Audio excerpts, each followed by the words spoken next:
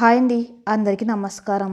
ఈరోజు మీకోసం పెళ్లి పీటల మీద వదిలేశాడు ఫైనల్ పార్ట్. మరి కథలోకి వెళ్తే విశాఖపట్నం శివార్లలోని కరుణాశ్రమం ఎంతో ప్రశాంతంగా వృద్ధుల నవ్వులతో నిండిన ఆ ఆవరణలో మరుసటి రోజు ఉదయం ఒక భయంకరమైన అలజడి రేగింది. పక్షుల కిలకిల రాగాలను డామినేట్ చేస్తూ రెండు పెద్ద జేసీబీలు ఆశ్రమం గేటు ముందు ఆగాయి. వాటి వెనుక 3 ఖరీదైన కార్లు వచ్చి ఆగాయి. వాతావరణం ఒక్కసారిగా ఉద్రిక్తంగా మారింది. ఆశ్రమంలోని వృద్ధులందరూ భయంతో బయటకు వచ్చారు. అన్నపూర్ణమ్మ గారు ఆందోళనగా గేటు వైపు నడిచారు.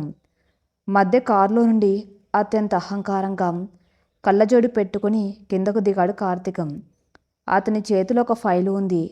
అతని వెనక లాయర్, కొంతమంది గన్మ్యాన్లున్నారు. కార్తీక్ పెదవులపై ఒక వికృతమైన నవ్వు ఉంది. ఈరోజు తను అనుకున్న సాధించబోతున్న గర్వం వారి నడకలో స్పష్టంగా కనిపిస్తుంది. అన్నపూర్ణమ్మ గారు ముందుకు వచ్చి, ఎవరు బాబు మీరు? ఈ జేసీబీలు ఎందుకు తీసుకువచ్చారు? ఇదొక అనాథాశ్రమం. దయచేసి ఇక్కడి నుండి వెళ్ళిపోండి అని మర్యాదగా అడిగారు. కార్తీక్ తన కళ్ళజోడు తీసి ఆమెను చులకనగా చూశాడు. ఇది అనాథాశ్రమం. నిన్నటిదాకా ముసలమ్మ. ఈ రోజు నుండి ఇది నా సొంత ప్రాపర్టీ. ఈ స్థలం ఓనర్కి నేను రాత్రే 2 కోట్లు ఎక్కువ ఇచ్చి ఈ స్థలాన్ని నా పేరు మీద రిజిస్ట్రేషన్ చేయించుకున్నాను. కావాలంటే ఈ పేపర్లు చూసుకో. ఇప్పుడు ఈ క్షణంలో నేను ఈ బిల్డింగ్ని కూల్చేసి ఇక్కడ ఒక పెద్ద కమర్షియల్ కాంప్లెక్స్ కట్టబోతున్నాను. మీరంతా అరగంటలో ఇక్కడ నుండి మీ సామాన్లు తీసుకుని ఖాళీ చేసి రోడ్డు మీదకి వెళ్ళాలి అని కర్కశంగా చెప్పాడు. ఆ మాటలు వినగానే అన్నపూర్ణమ్మ గారి గుండె ఆగినంత పనైంది. ఆశ్రమంలో ఉన్న వృద్ధులంతా భయంతో ఏడుపు మొదలుపెట్టారు. అయ్యా, మేమంతా అనాథలం. మాకు ఇక్కడి కంటే వేరే దిక్కు లేదు. మేము చనిపోయేదాకా ఈ ఆశ్రమాన్ని ఉంచండి. దయచేసి కూల్చకండి అని ఒక ముసలాయన కార్తీక్ కాళ్ళు పట్టుకోవడానికి ముందుకు వచ్చాడు. కార్తీక్ వాడిని కాలుతో వెనక్కి నెట్టాడు. ఏయ్, నా మీద పడతావేంటి? ముసలి వాళ్ళ ఏడుపు చూసి జాలిపడ్డానికి, నేను దానకర్ణుని కాదు, వ్యాపారిని. నా స్థలం నేను ఖాళీ చేస్తున్నాను. లీగల్గా నన్ను ఎవరు ఏమీ చేయలేరు. ఖాళీ చేస్తారా లేక జేసీబీలతో సహా తొక్కించమంటారా అని అరిచాడు. ఇదంతా వాడు క్రియేట్ చేస్తున్న ఒక మానసిక ఒత్తిడి. వాడసలు టార్గెట్ అక్కడ ఉన్నది కాదు. లోపల వంటగదిలో ఉన్న నందిని ఈ అరుపులు విని బయటకు పరిగెత్తుకుంటూ వచ్చింది. ఎదురుగా కార్తీక్ని చూడగానే ఆమెకు పరిస్థితి అర్థమైపోయింది. తన్ని వెతుక్కుంటూ వచ్చి తన కోసమే ఈ ముసలి వాళ్ళను రోడ్డు మీదకు లాగుతున్నాడని ఆమెకు స్పష్టంగా తెలిసింది. తన వల్ల ఆశ్రమానికి ఎంత పెద్ద ఆపద వచ్చిందో తలుచుకొని ఆమె గుండె తరుక్కపోయింది. నందిని కోపంగా ముందుకు వెళ్ళింది. కార్తీక్, నీకు కావాల్సింది నేను కదా. వీళ్ళ మీద ఎందుకుని ప్రతాపం చూపిస్తున్నావు? ఈ ఆశ్రమాన్ని వదిలే అని గట్టిగా నిలదీసింది. కార్తీక్ నందిని చూడగానే ఒక విజేతలా నవ్వాడు. ఓ నందిని, నువ్విక్కడే ఉన్నావా? చూసావా, నువ్వెంత దాక్కోవాలని ప్రయత్నించినా చివరకు నా కాళ్ళ దగ్గరికి రావాలి. అవును నందిని, నాకు కావాల్సింది నువ్వే. నీకోసం ఆ గౌతమ్ గారిని సర్వనాశనం చేస్తున్నాను. ఇప్పుడు నిన్ను సొంతం చేసుకోవడానికి ఈ స్థలాన్ని కొన్నాను. నీ ముందు ఇప్పుడు 2 దారులు ఉన్నాయి. ఒకటి, నువ్వు నీ బిడ్డను తీసుకొని నాతో పాటు నా కారెక్కి నా బానిసలా నా ఇంట్లో ఉండటం. 2, నువ్వు కాదంటే ఈ క్షణమే ఈ ఆశ్రమాన్ని నీలమట్టం చేస్తాను. ఈ వృద్ధులంతా రోడ్డు మీద అడుక్కోవాలి. వాళ్ళ ఉసురు నీకు తగులుతుంది. నిర్ణయించుకో అని ఒక భయంకరమైన కండిషన్ పెట్టాడు. నందిని స్థానమైపోయింది. కార్తీక్ ఆడుతున్న ఈ ఎమోషనల్ బ్లాక్మెయిల్ ఆమెను ఊపిరి పీల్చుకొనివ్వడం లేదు. వెనక్కి తిరిగి చూసింది. తనను సొంత కూతుర్లు ఆదరించి ఆశ్రయం ఇచ్చిన అన్నపూర్ణమ్మ గారు వృద్ధులు భయంతో కన్నీళ్లతో వణికిపోతున్నారు. తాను ఒక అనాథగా ఉండటం ఎంత నరకమో ఆమెకు తెలుసు. జీవిత చరమాంకలో ఈ వృద్ధులు తన వల్ల రోడ్డున పడితే జీవితాంతం ఆ పాపం తనని వెంటాడుతుంది. తన ఆత్మగౌరవం కంటే వాళ్ళ ప్రాణాలు, ఆశ్రయం ముఖ్యమనిపించింది. మహిళల బాధలు ఎప్పుడు వారి చుట్టూ ఉన్న వారిని కాపాడుకునే క్రమంలోనే బలైపోతాయనడానికి నందిని పరిస్థితే ఒక ఉదాహరణ. నందిని కళ్ళ నుండి నీళ్లు ధారగా కారుతున్నాయి. సరే కార్తిక్, నీ స్వార్థమే గెలిచింది. ఈ ఆశ్రమాన్ని వీళ్ళని వదిలే, నేను నీతో వస్తాను అని రాజీ పడుతూ ఎంతో కష్టంగా గుండెలు పగిలే బాధతో అడుగులు ముందుకు వేస్తుంది. కార్తీక్ ముఖంలో పైశాచిక ఆనందం వెల్లివిరిసింది.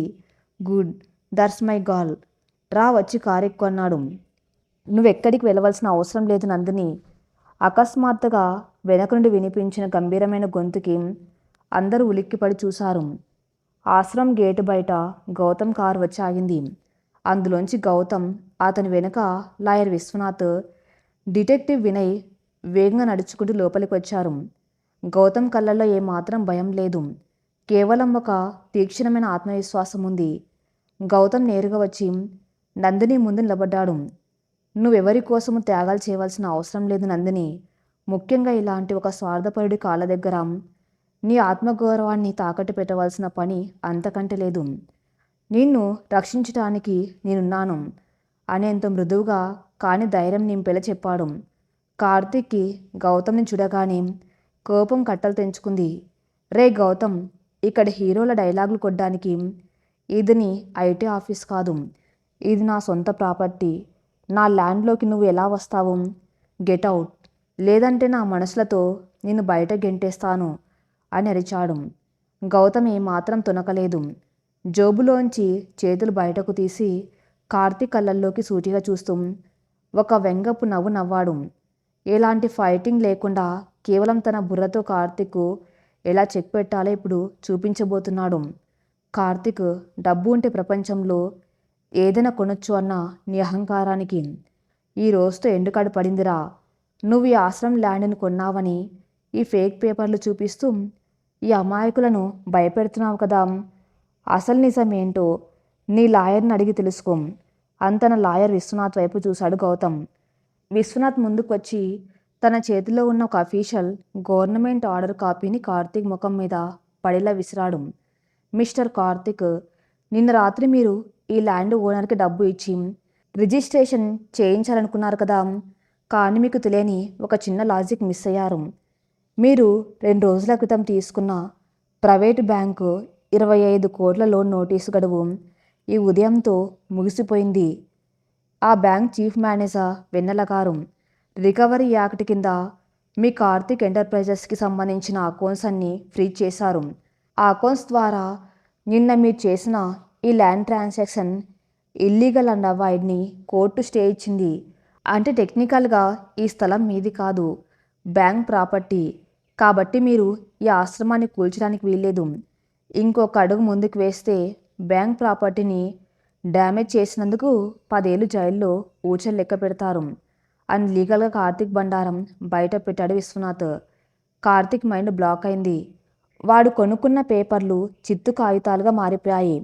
తాను ఎంత డబ్బు ఖర్చు పెట్టి కుట్ర పన్నాడు. గౌతమ్ అంతా సునాయాసంగా చట్టబద్ధంగా దాన్ని చిత్తు చేశాడు. దానికి తోడు ఈ వెన్నెల అనే బ్యాంక్ మేనేజర్ ఇచ్చిన నోటీసు తన పాల్ట ఉరితాడు అవుతుందని వాడు కల్లో కూడా ఊహించలేదు. రే గౌతమ్, నువ్వు ఆ బ్యాంక్ మేనేజర్తో కుమ్మక్కై నన్ను మోసం చేశావురా అని పిచ్చి వాళ్ళు అరిచాడు కార్తీక్. గౌతమ్ ఒక్క అడుగు కార్తీక్ ముందుకు వేసి వాడి చొక్కా కాలర్ పట్టుకుని గట్టిగా తన వైపు లాక్కున్నాడు. ఎలాంటి కొట్లాట లేదు. కానీ గౌతమ్ కళ్ళలోని రౌద్రం చూసి కార్తీక్ గన్మ్యాన్లు కూడా ముందుకు రాలేకపోయారు. మోసం నేను కాదురా చేసింది, నువ్వు. నందిని నాకు దూరం చేయడానికి ఆ రోజు నువ్వు ఆడిన నాటకం. మొన్న నా గెస్ట్ హౌస్ దగ్గర ఆడవాళ్లతో నందిని మీద నిందలు వేయించిన నీచం. ఇవి మోసాలు. నేను కేవలం చట్టం ద్వారా నీకు గుణపాఠం చెబుతున్నాను. ఆ బ్యాంక్ మేనేజర్ ఎవరో నాకు తెలియదు. కానీ ఆమె తీసుకున్న ఒక నిజాయితీగల నిర్ణయం ఈరోజు ఒక ఆశ్రమాన్ని, నా ప్రాణాన్ని కాపాడింది. నీ దగ్గర ఇప్పుడు డబ్బు లేదు, ప్రాజెక్ట్ లేదు, పరువు లేదు. ఇక మర్యాదగా ఇక్కడి నుండి వెళ్ళిపో. ఇంకోసారి నందిని నీడ వైపు చూసినా నీ కళ్ళు పీకేస్తాను అని గట్టిగా నెట్టేశాడు. కార్తీక్ కింద పడిపోయి లాయర్ని పట్టుకున్నాడు. తన ఆట ముగిసిందని, ఇప్పుడు ఇక్కడ ఉంటే పోలీసులు వచ్చే ప్రమాదం ఉందని అర్థమై పళ్ళు కొరుకుతూ పరాభవ భావంతో తన మనుషులతో కలిసి కార్లెక్కి పారిపోయాడు. జేసీబీ కూడా వెనక్కి వెళ్ళిపోయాయి. ఆశ్రమంలో ఒక్కసారిగా నిశ్శబ్దం. ఆ వెంటనే సంతోషంతో వృద్ధులందరూ చప్పట్లు కొట్టారు. అన్నపూర్ణమ్మ గారు వచ్చి గౌతమ్ చేతులు పట్టుకుని నువ్వు దేవుళ్ళ వచ్చి మమ్మల్ని మా ఆశ్రమాన్ని కాపాడవు బాబు, నీకు రుణపడి ఉంటాం అని కన్నీళ్లతో దీవించారు. గౌతమ్ నందిని వైపు తిరిగాడు. ఆమె కళ్ళల్లో ఇప్పుడు గౌతమ్ పట్ల ఉన్న అపార్థం మొత్తం కరిగిపోయింది. తన కోసం, తన ఆత్మగౌరవాన్ని కాపాడడం కోసం అతనింత పోరాటం చేశాడు కళ్ళారా చూసింది. కార్తిక్ డబ్బుకి దౌర్జన్యానికి తల వంచకుండా గౌతమ్ కేవలం బుర్రతో వాడిని ఓడించిన విధానం ఆమెకు అతనిపై ఉన్న ప్రేమను 100 రెట్లు పెంచింది. గౌతమ్ అంటూ నందిని ఎంతో ఎమోషనల్గా పిలిచింది. ఆ పిలుపులో గతం తాలూకు కోపం లేదు, కేవలం కృతజ్ఞత, ప్రేమ మాత్రమే ఉన్నాయి. గౌతమ్ ఆమె దగ్గరికి వెళ్ళి పాపను ఎత్తుకున్నాడు.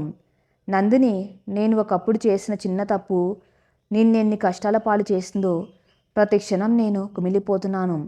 కానీ ఇక ముందు నీ జీవితంలో ఎలాంటి కష్టం రాకుండా నీకు ఒక రక్షణ కవచంలా నేనుంటాను. కార్తిక్ గారి నీడ కూడా నీ మీద పడదు. నువ్వు ఇక్కడే ప్రశాంతంగా ఉండు. నీకు ఇష్టం వచ్చినప్పుడే నేను నిన్ను కలుస్తాను. నీ మీద ఎలాంటి ఒత్తిడి తీసుకురాను అని ఎంతో పరిపక్వతతో చెప్పాడు గౌతమ్. నందినికి గౌతమ్ మాటలు అమృతంలా అనిపించాయి. నిజమైన ప్రేమ ఎప్పుడు స్వతంత్రాన్ని ఇస్తుంది తప్ప కార్తిక్ లాగా బంధించుకోదు అని మాకు అర్థమైంది. మహిళల బాధలను అర్థం చేసుకుని వారి నిర్ణయాలను గౌరవించేవాడే నిజమైన మగాడు అని గౌతమ్ నిరూపించాడు. అదే సమయంలో విశాఖపట్నంలోని ప్రైవేట్ బ్యాంక్ ఆఫీస్లో వెన్నెల తన టేబుల్ మీద ఉన్న కార్తిక్ ఫైల్కి సీజ్ అని స్టాంప్ వేసి మూసేసింది. అప్పుడే మేనేజర్ లోపలికి వచ్చి, మేడం, కార్తిక్ ఎంటర్ప్రైజెస్కి సంబంధించిన ఆస్తులు మొత్తం ఫ్రీజ్ అయ్యాయి. వాడు నిన్న కొన్న ఒక ఆశ్రమం ల్యాండ్ కూడా మన ఆధీనంలోకి వచ్చేసింది. మన బ్యాంకుకి వారి నుండి వసూలు కావాల్సిన అమౌంట్ క్లియర్ అయినట్టే అని రిపోర్ట్ ఇచ్చాడు. వెన్నెల సంతృప్తిగా తల ఊపింది. గుడ్, చట్టం తన పని తాను చేసుకుపోయింది. ఏ బడా వ్యాపారైనా రూల్స్ ముందు తలవంచాల్సిందే అని చెప్పింది. సరిగ్గా అప్పుడే ఆమె క్యాబిన్ ప్యూన్ ఒక స్లిప్ తీసుకొని వచ్చాడు. మేడం, ఎవరో మిమ్మల్ని కలవాలని 1 గంట నుండి బయట వెయిట్ చేస్తున్నారు. ఆయన పేరు ప్రశాంతట. ఏవో క్షమాపణలు చెప్పాలని అంటున్నాడు అని చెప్పాడు. ప్రశాంత్ అన్న పేరు వినగానే వెన్నెల ముఖంలో కఠినత్వం వచ్చేసింది. నిన్ననే వాడిని అవమానించి పంపించినా మళ్ళీ ఎందుకు వచ్చాడా అని ఆమెకు చిరాకు వేసింది. నేను చాలా బిజీగా ఉన్నాను చెప్పు, అతన్ని కలవాల్సిన అవసరం నాకు లేదు, బయటకు పంపించేయి అని కరాఖండిగా చెప్పింది. ప్యూన్ బయటకు వెళ్ళి ప్రశాంత్కి ఆ మాట చెప్పాడు. ప్రశాంత్ ముఖం చిన్నబోయింది. తన తప్పు ఎంత భయంకరమైందో, వెన్నెల మనసులో తన పట్ల ఎంతటి ద్వేషం గూడు కట్టుకుందో అతనికి పూర్తిగా అర్థమైంది. వెన్నెల నన్ను క్షమించదు, నీ బతుకున్న చనిపోయిన ఆమెకొకటే, కానీ నేను మారానని ఆమెకు నిరూపించవలసిన బాధ నా మీద ఉంది. ఆమె నాకు దక్కకపోయినా కనీసం నా మీద ఉన్న ఆ అసహ్యం పోవాలి అని మనసులో నిశ్చయించుకున్నాడు. ప్రశాంత్ నేరుగా బ్యాంకు ఎదురుగా ఉన్న ఒక టీ స్టాల్ దగ్గరికి వెళ్ళాడు. అక్కడ బ్యాంకు వచ్చే కస్టమర్ కార్లు, ఆటోలు ఆగుతూ ఉంటాయి. అతను తన జేబులో ఉన్న చివరి 100 రూపాయల నోటుతో ఒక టీ తాగాడు. ఇక తన దగ్గర డబ్బు లేదు. దుబాయ్లో ఉన్నప్పుడు అలవాటైన పనులే ఇప్పుడు అతనికి బతుకు తెరువుగా మారాయి. ఆ టీ స్టాల్ ఓనర్ని బతిమాలి అక్కడ బల్లలు తులవటం, బ్యాంక్ కస్టమర్ల కార్లు శుభ్రం చేసే పని కుదిరాడు. ఒకప్పుడు లక్షలు కట్నంగా ఆశించిన ప్రశాంతం ఇప్పుడు తను చేసిన తప్పుకు ప్రాయశ్చిత్తంగా వెన్నెల పనిచేస్తున్న బ్యాంకు ఎదురుగా ఒక సాధారణ కార్ క్లీనర్గా మారిపోయాడు. ప్రతిరోజు ఉదయం వెన్నెల కార్ దిగి ఆఫీస్కి వెళ్తూ ఉంటే దూరం నుండి చూస్తూ ఆమె క్షేమంగా ఉండాలని కోరుకోవడం ప్రారంభించాడు.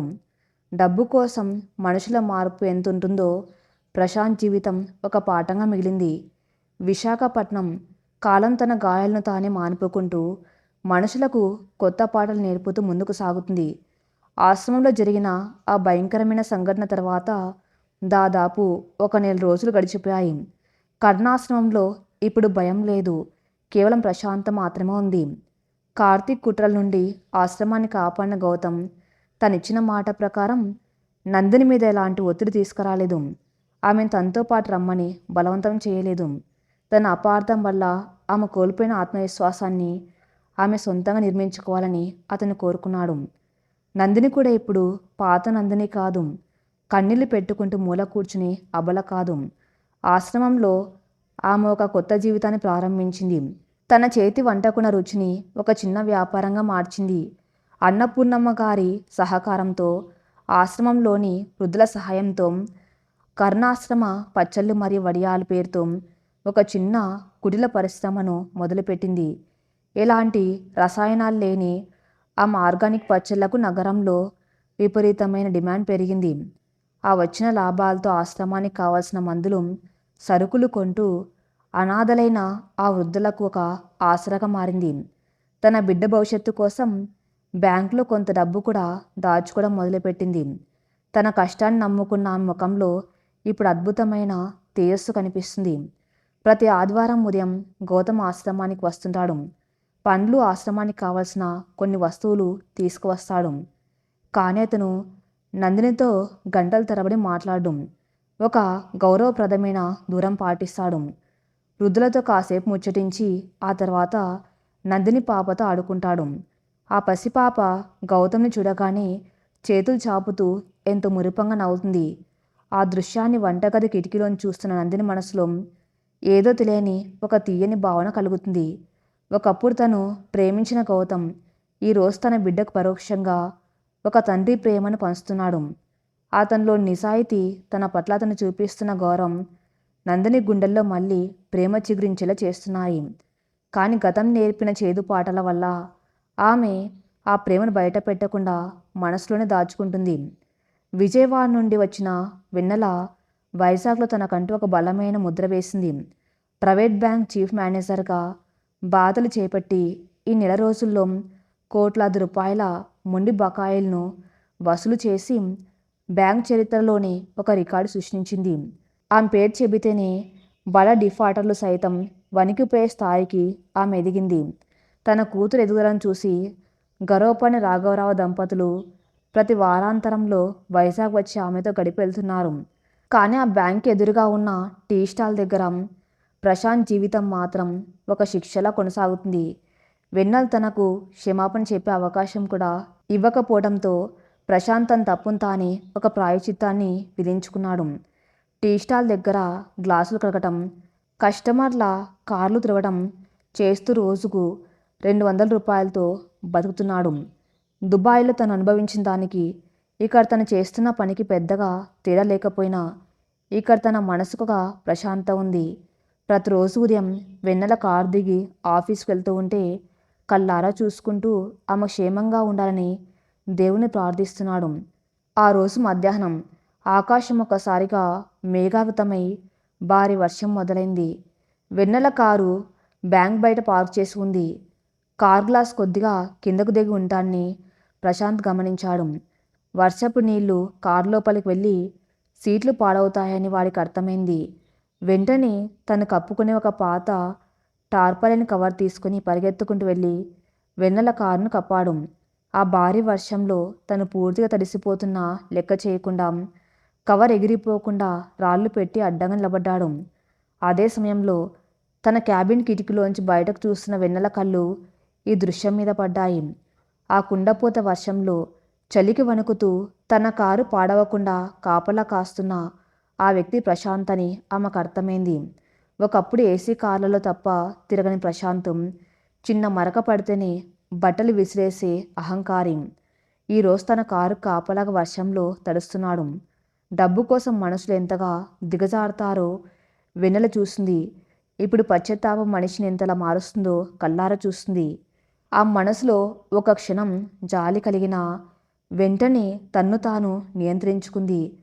అతను పడుతున్నది నా మీద ప్రేమ కాదు, తను చేసిన తప్పుకు ప్రాయశ్చిత్తం. అతని శిక్ష అతన్ని అనుభవించనివ్వవు. నేనెప్పుడు వెనక్కి తిరిగి చూడను అని కిటికీ కట్టను మూసేసి తన ఫైల్స్ మీద దృష్టి పెట్టింది. వెన్నెల వ్యక్తిత్వం ఒక ఉక్కు నరంలా తయారైంది. గౌతమ్ ఐటీ కంపెనీ నగరంలో వేగంగా విస్తరిస్తుంది. 100 మంది కొత్త ఉద్యోగాలను తీసుకున్నాడు.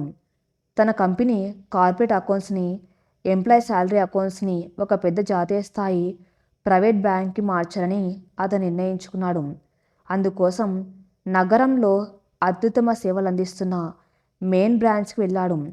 ఆ బ్రాంచ్ చీఫ్ మేనేజర్ వెన్నెల. గౌతమ్ తన మేనేజర్తో కలిసి బ్యాంకులో అడుగుపెట్టాడు. వెన్నెల క్యాబిన్ బయట వేచి ఉన్నాడు. ప్యూన్ పిలవగానే లోపలికి వెళ్ళాడు. Good morning madam, I am Gautam, managing director of అంటూ తన విజిటింగ్ కార్డు ముందు ఉంచాడు. వెన్నెల లేచి నిలబడి నమస్కరిస్తూ, please have a seat mister Gautam. మీ కంపెనీ గురించి నేను విన్నాను. రీసెంట్గా జరిగిన ట్యాక్స్ రైడ్ నుండి మీరు అత్యంత ధైర్యంగా నిజాయితీగా బయటపడిన విధానం నిజంగా స్ఫూర్తిదాయకం అని చిరునవ్వుతో ఆహ్వానించింది. గౌతమ్ కుర్చీలో కూర్చుంటూ వెన్నెల వైపు చూశాడు. ఎంతో ఆత్మవిశ్వాసం ఉట్టిపడుతున్న ఒక యువ అధికారిని. Thank you madam. ఈ రోజుల్లో నిజాయితీగా వ్యాపారం చేయటం కత్తి మీద సాము లాంటిదే, ముఖ్యంగా కార్తీక్ లాంటి స్వార్థపరులు ఉన్న ఈ సమాజంలో అని అన్నాడు. కార్తీక్ అనే పేరు వినగానే వెన్నెల కళ్ళల్లో ఒక మెరుపు కనిపించింది. ఆమె తన డ్రాయర్లోంచి ఒక ఫైల్ తీసి టేబుల్ మీద పెట్టింది. ఆ ఫైల్ మీద కార్తీక్ ఎంటర్ప్రైజెస్ సీజ్ అని ఎర్రటి అక్షరాలతో ఉంది. గౌతమ్ ఆ ఫైల్ చూసి ఆశ్చర్యపోయాడు. అంటే కార్తీక్ ఆస్తులు సీజ్ చేసి ఆ రోజు కరుణాశ్రమాన్ని కాపాడిన ధైర్యవంతురాలైన బ్యాంక్ మేనేజర్ మీరేనా అని అడిగాడు. వెన్నెల నవ్వింది. అవును మిస్టర్ గౌతమ్, వాడొక పెద్ద రౌడీ అని, రాజకీయ నాయకుల అండా ఉందని అందరూ భయపడ్డారు. కానీ చట్టం ముందు, నా సంతకం ముందు వాడు తలవంచక తప్పలేదు. మీరు కూడా అతనికి ఒక పెద్ద దుబాయ్ ప్రాజెక్టు క్యాన్సిల్ అయ్యేలా చేసి గట్టి దెబ్బ కొట్టారని విన్నాను. ఇద్దరి మధ్య ఒక పరోక్షమైన గౌరవం ఏర్పడింది. ఇద్దరు తమ తమ రంగాల్లో నిజాయితీగా ఉంటూ ఒక కామన్ ఎనిమీ అహంకారాన్ని బద్దలు కొట్టిన వాళ్ళే. గౌతమ్ ముందుకు వాలి, మేడం, నేను మీ ధైర్యాన్ని మెచ్చుకున్నాను. కార్తీక్ కుట్రల వల్ల నా ప్రాణ సమానరైన ఒక అమ్మాయి జీవితం ఎన్నోసార్లు ప్రమాదంలో పడింది. మీరు ఆ రోజు ఆస్తులు సీజ్ చేసి ఉండకపోతే ఒక అనాథాశ్రమం కూలిపోయేది. నా ప్రేమ శాశ్వతంగా నాకు దూరం అయ్యేది. వ్యక్తిగతంగా నేను మీకు రుణపడి ఉన్నాను అని హృదయపూర్వకంగా కృతజ్ఞతలు చెప్పాడు. వెన్నెల గౌతమ్ మాటల్లోని లోతును అర్థం చేసుకుంది. సంబంధాల విలువ తెలిసి వాళ్ళు ఎప్పుడు మోసపోరు గౌతమ్ గారు. మీరు మీ ప్రేమ కోసం నిలబడ్డారు, నేను నా విధి నిర్వహణ కోసం నిలబడ్డాను. Anyway, let's talk about business అని వారి కార్పొరేట్ అకౌంట్స్ డీల్ గురించి మాట్లాడుకున్నారు. ఆ మీటింగ్ చాలా సానుకూలంగా ముగిసింది. గౌతమ్ కంపెనీ ఖాతాలు వెన్నెల బ్యాంక్కి మారాయి. ఇద్దరు ధైర్యవంతులైన వ్యక్తుల మధ్య ఒక మంచి వృత్తిపరమైన స్నేహం ఏర్పడింది. కానీ వాళ్ళకు తెలియని విషయం ఏమిటంటే వాళ్ళిద్దరూ కలుసుకోవటం ఒక విపత్తుకు నాంది పలకబోతుందని. నగర శివర్లలోని ఒక పాడుబడ్డ ఫామ్ హౌస్, అది కార్తీక్ రహస్య స్థావరం. వారం రోజుల క్రితం దర్జాగా తిరిగిన కార్తీక్ ఇప్పుడు ఆ ఫామ్ హౌస్లో దాక్కున్నాడు. బ్యాంక్ వాళ్ళు వాడి ఆస్తులు సీజ్ చేయడంతో వాడికి ఆర్థిక మూలాలు దెబ్బతిన్నాయి. పరువు పోవటంతో రాజకీయ నాయకులు వాడికి దూరమయ్యారు. గౌతమ్ ఇచ్చిన దెబ్బకి వ్యాపారం పోయింది. ఇప్పుడు వాడి దగ్గర కేవలం నల్లధనం, కొంతమంది రౌడీలు మాత్రం మిగిలారు. కార్తీక్ ఎదురుగా ముందు గ్లాసు ఉంది. వాడి కళ్ళు కోపంతో ఎర్రగా ఉన్నాయి. ఎదురుగా వాడి ముఖ్య అనుచరులు నలుగురు నిలబడి ఉన్నారు. సార్, మనం సిటీ వదిలి కొన్నాళ్ళు అండర్ గ్రౌండ్లో ఉంటే మంచిదేమో. పోలీసులు కూడా మీ మీద పాత కేసులు తిరగతోడుతున్నారు అని ఒకడు సలహా ఇచ్చాడు. కార్తీక్ చేతిలో ఉన్న గ్లాస్ని వాడి ముఖం మీద విసిరికొట్టాడు. ఏరా, నన్ను పారిపోమంటావా? కార్తీక్ అంటే పారిపోయేవాడు కాదురా, పగ తీర్చుకునేవాడు. నా సామ్రాజ్యాన్ని కూల్చిన ఆ గౌతమ్ గారిని, ఆ బ్యాంక్ మేనేజర్ వెన్నెలను వదిలే ప్రసక్తి లేదు అని గర్జించాడు. కానీ గౌతమ్ చుట్టూ వాడి సెక్యూరిటీ ఉంది. ఇక వెన్నెల ఏమో బ్యాంకులో ఉంటుంది. వాళ్ళని మనం డైరెక్ట్గా ఏమీ చేయలేము అన్నాడు ఇంకొకడు. కార్తీక్ ఒక వికృతమైన నవ్వు నవ్వాడు. నేను వాళ్ళను డైరెక్ట్గా ఏమి చేయను. వాళ్ళను వాళ్ళ బలహీనత మీద దెబ్బ కొడతాను. నేను విచారించానురా, ఆ బ్యాంక్ మేనేజర్ వెన్నెల, మొన్న మన గౌతమ్ గాడు ఇద్దరు కలిసి బ్యాంకులో మీటింగ్ పెట్టుకున్నారట. గౌతమ్ గాడి అకౌంట్స్ అన్నీ ఆ బ్యాంకులోకే మార్చాడు. అంటే ఇప్పుడు ఇద్దరు ఒకటయ్యారు. కాబట్టి మనం వేసే దెబ్బకి ఇద్దరు ఒకేసారి నాశనం కావాలి అని టేబుల్ మీద ఉన్న ఒక మ్యాప్ ఓపెన్ చేశాడు. కార్తీక్ ప్లాన్ ఇది. వెన్నెల పరువు తీయటం. ఆ వెన్నెలకు నిజాయితీ అంటే చాలా పొగరు కదా. ఆమె బ్యాంక్ కింద ఉన్న లాకర్స్లో మన బినామీ పేపర్లతో కొన్ని లాకర్స్ ఉన్నాయి. నా మనసులు బ్యాంక్ స్టాఫ్తో కుమ్మక్కై రాత్రికి రాత్రే ఆ లాకర్స్ని హ్యాక్ చేసి అందులో నుండి కోట్లాది రూపాయల కస్టమర్ల నగలు, డబ్బు దొంగలిస్తారు. ఆ దొంగతనం వెనక వెన్నెల హస్తం ఉందనేలా కొన్ని ఫేక్ ట్రాన్సాక్షన్స్ ఆధారాలు సృష్టిస్తారు. రేపు ఉదయానికల్లా వెన్నెల అరెస్ట్ అవ్వాలి. ఆమె నిజాయితీ ఒక ఫ్రాడ్ అని ప్రపంచానికి తెలియాలి. గౌతమ్ని మానసికంగా చంపటం. గౌతమ్ వాడి ప్రాణం ఎక్కడుంది? ఆ నందిని దగ్గర. వెన్నెల బ్యాంకులో దొంగతనం జరిగే అదే సమయంలో నా రౌడీలు వెళ్ళి కర్ణాశ్రమం మీద దాడి చేస్తారు. గౌతమ్ గాడి దృష్టి మొత్తం ఆ బ్యాంక్ ఫ్రాడ్ మీద ఉన్న సమయంలో ఆ నందిని దాన్ని కాపాడుతున్న ఆ ముసలి వాళ్ళని నా మనసులు టార్చర్ చేస్తారు. అప్పుడు గౌతమ్ గాడు నందిని కాపాడుకోవడానికే నా కాళ్ళ దగ్గరికి వస్తాడు. చూసారా నా ప్లాన్? రేపు రాత్రి జరగబోయే ఈ 2 దాడులతో వెన్నెల జైలు పాలవుతుంది. గౌతమ్ ప్రాణం నా గుప్పెట్లోకి వస్తుంది. ఇప్పుడు ఈ కార్తీక్ అంటే ఏంటో వైజాగ్ సిటీ మొత్తం తెలుస్తుంది అని పైశాచికంగా నవ్వాడు కార్తీకం. వాడి అనుచరులు ఆ ప్లాన్ విని వణికిపోయారు. వాడి స్వార్థం, పగ ఇప్పుడు ఒక మహా విపత్తుగా మారబోతుంది. కార్తీక్ పన్నిన ఈ దారుణమైన ఉచ్చు గురించి తెలియని వెన్నెల తన ఆఫీస్ పనిలో బిజీగా ఉంది. కర్ణాశ్రమంలో నందిని తన బిడ్డతో ప్రశాంతంగా నిద్రపోతుంది. గౌతమ్ తన భవిష్యత్తు ప్రణాళికల్లో ఉన్నాడు. విశాఖపట్నం నగరంపై ఆ రాత్రి దట్టమైన చీకటి అలుముకుంది. ఆకాశం ఉరుములతో దద్దరిల్లుతుంది. కుండపోత వర్షం నగరంలోని మనుషులందరినీ ఇళ్లకే పరిమితం చేసింది. కానీ పగతో రగిలిపోతున్న కార్తీక్ మాత్రం తన స్వార్థ సామ్రాజ్యాన్ని కాపాడుకోవడానికి, తను ఎదిరించిన వారిని నాశనం చేయడానికి ఆ చీకటిని ఆయుధంగా మలుచుకున్నాడు. ఒకే రాత్రి ఒకే సమయంలో 2 వేర్వేరు ప్రాంతాల్లో అతను పన్నిన దారుణమైన కుట్రలు అమలు కాబోతున్నాయి. ఒకవైపు తన ఆస్తులు సీజ్ చేసిన బ్యాంక్ మేనేజర్ వెన్నెల పరువు తీయడానికి బ్యాంక్ లాకర్ల దోపిడీకి స్కెచ్ వేశాడు. మరోవైపు గౌతమ్ ప్రాణమైన నందిని బంధించడానికి కర్ణాశ్రమం మీద దాడికి బయలుదేరాడు. కానీ కాలం ఆడే చదరంగంలో ఎవరి ఎత్తులు ఎలా పారుతాయో, స్వార్థం ఎలా తన గొయ్యి తాను తవ్వుకుంటుందో ఆ రాత్రి ప్రపంచానికి తెలియబోతుంది. రాత్రి 1 గంట సమయం. బ్యాంక్ ఎదురుగా ఉన్న టీ స్టాల్ దగ్గర ఒక పాత టార్పాలిన్ కప్పుకొని చలికి వణుకుతూ పడుకున్నాడు ప్రశాంత్. వర్షపు హోరులో కూడా అతనికెందుకో నిద్రపడ్డం లేదు. అకస్మాత్తుగా బ్యాంక్ వెనక వైపు ఒక చిన్న సందులోంచి ఒక వ్యాన్ వచ్చి ఆగింది. అందులోంచి నల్ల ట్రైన్ కోట్లు వేసుకున్న 4 వ్యక్తులు కిందకు దిగారు. వాళ్ళ చేతుల్లో గ్యాస్ కట్టర్లు, ఇనుప రాడ్లు ఉన్నాయి. వాళ్ళు బ్యాంక్ వెనక వైపు ఉన్న సర్వర్ రూమ్ కిటికీని పగలగొట్టడానికి ప్రయత్నిస్తున్నారు. ప్రశాంత్ వెంటనే అప్రమత్తమయ్యాడు. వాళ్ళు మామూలు దొంగలు కారని, పక్కా ప్లాన్తో బ్యాంక్ లాకర్లను టార్గెట్ చేశారని అతనికి అర్థమైంది. ఈ బ్యాంక్కి చీఫ్ మేనేజర్ వెన్నెల. ఈ రోజు రాత్రి ఇక్కడ దొంగతనం జరిగితే రేపు ఉదయం ఆమె ఉద్యోగానికి, ఆమె నిజాయితీకి పెద్ద మచ్చ వస్తుంది. ఇన్నాళ్ళు తను పడ్డ కష్టం, సాధించిన ఆత్మగౌరవం ఒక్కసారిగా నాశనం అవుతాయి. ఏది ఏమైనా వాళ్ళను ఆపాలి అని ప్రశాంత్ మనసులో గట్టిగా నిశ్చయించుకున్నాడు. కానీ వాళ్ళు 4 ఉన్నారు. ఆయుధాలతో ఉన్నారు. ప్రశాంత్ వెళ్ళి నేరుగా వాళ్ళతో కొట్లాడితే వాళ్ళు అతన్ని చంపేసి సులభంగా లోపలికి వెళ్ళిపోతారు. అందుకే ప్రశాంత్ తన బుర్రకు పదును పెట్టాడు.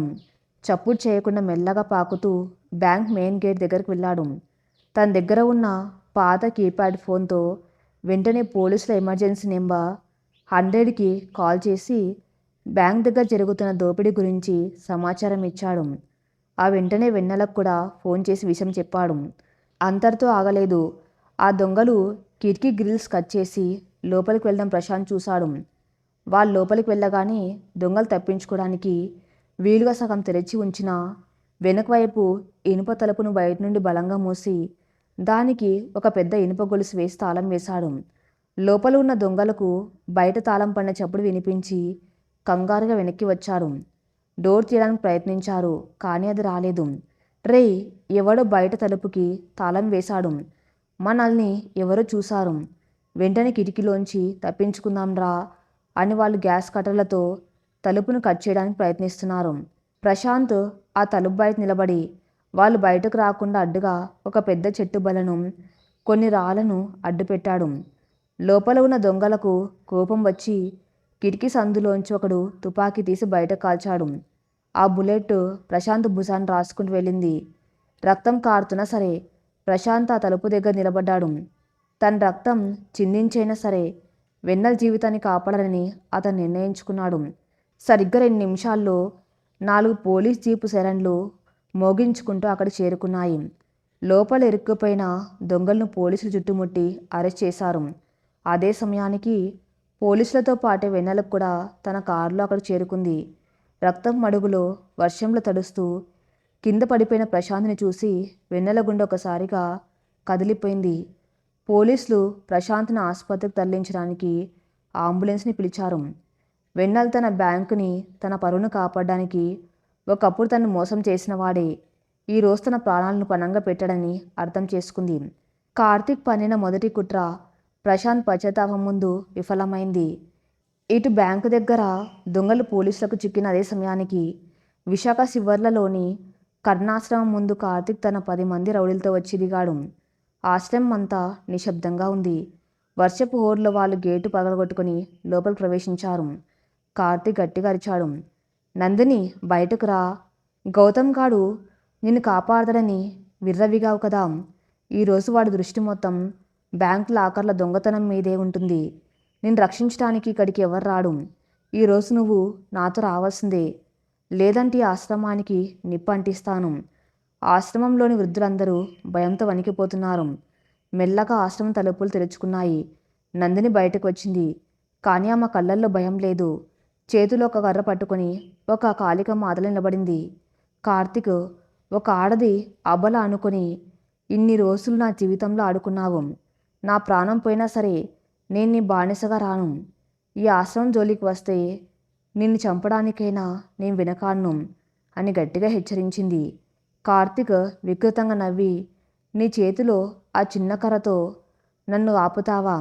రే, వెళ్ళి దాన్ని పట్టుకుని కారులో పడేయండి అని తన రౌడీలకు ఆర్డర్ వేశాడు.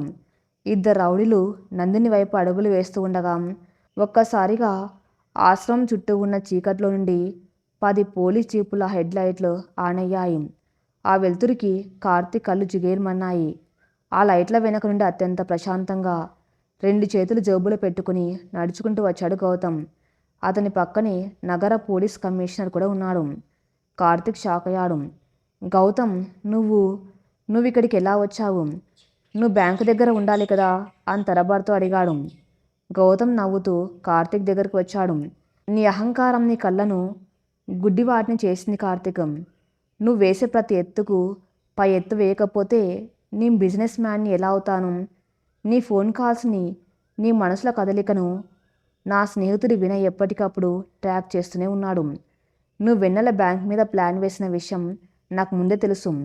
ఆ బ్యాంక్ మేనేజర్ వెన్నెలకి పోలీసులకు నేనే ముందు ఇన్ఫర్మేషన్ ఇచ్చాను. అక్కడ నీ మనసులో ఆగిపోవడానికి ముందు నా వల్ల కూడా ఉంది. ఇక నువ్వు నేరుగా ఇక్కడికి వస్తావని తెలుసు కాబట్టి కమిషనర్ గారితో సహా నేను ఇక్కడ వెయిట్ చేస్తున్నాను. గేమ్ ఓవర్ కార్తిక్ అని స్పష్టంగా చెప్పాడు. కమిషనర్ ముందుకు వచ్చి కార్తిక్ ఫేక్ డాక్యుమెంట్స్తో ఫ్రాడ్ చేయటం, బ్యాంక్ లాబరీకి ప్లాన్ చేయటం, ఇప్పుడు ఒక అనాథాశ్రమం మీద మరణాయుధంతో దాడి చేయటం, ఇవన్నీ నాన్ బెయిలబుల్ కేసులు. నీ జీవితంలో సగం జైల్లో గడిచిపోయింది. అరెస్ట్ హిమ్ అని పోలీసులకు ఆర్డర్ ఇచ్చారు. పోలీసులు కార్తిక్ని వారి రౌడీలను చుట్టుముట్టి అరెస్ట్ చేశారు. చేతికి బేడీలు పడుతున్న కార్తిక్ కోపంతో రగిలిపోతూ, నన్నెవరు ఏం చేయలేరు, నేను మళ్ళీ వస్తాను అని అరుస్తూనే ఉన్నాడు. గౌతమ్ వాడి దగ్గరికి వెళ్ళి, డబ్బు ఉంటే లోకాన్ని జయించొచ్చు అనుకున్నావు, కానీ నిజాయితీని, బంధాలను డబ్బుతో కొనలేవు. నువ్విక ఎప్పటికి తిరిగి రాలేవు. టేక్ హిమ్ అవే అని పోలీసులకు సైగ చేశాడు. కార్తిక్ని పోలీస్ జీపులో ఎక్కించుకొని తీసుకెళ్లారు. ఆ క్షణంలో కార్తిక్ అని ఒక చీకటి అధ్యాయం శాశ్వతంగా ముగిసిపోయింది. ఆశ్రమంలోని వృద్ధులు గౌతమ్ని దేవుళ్ళ చూశారు. నందిని కళ్ళలో ఆనంద బాష్పాలు రాలాయి.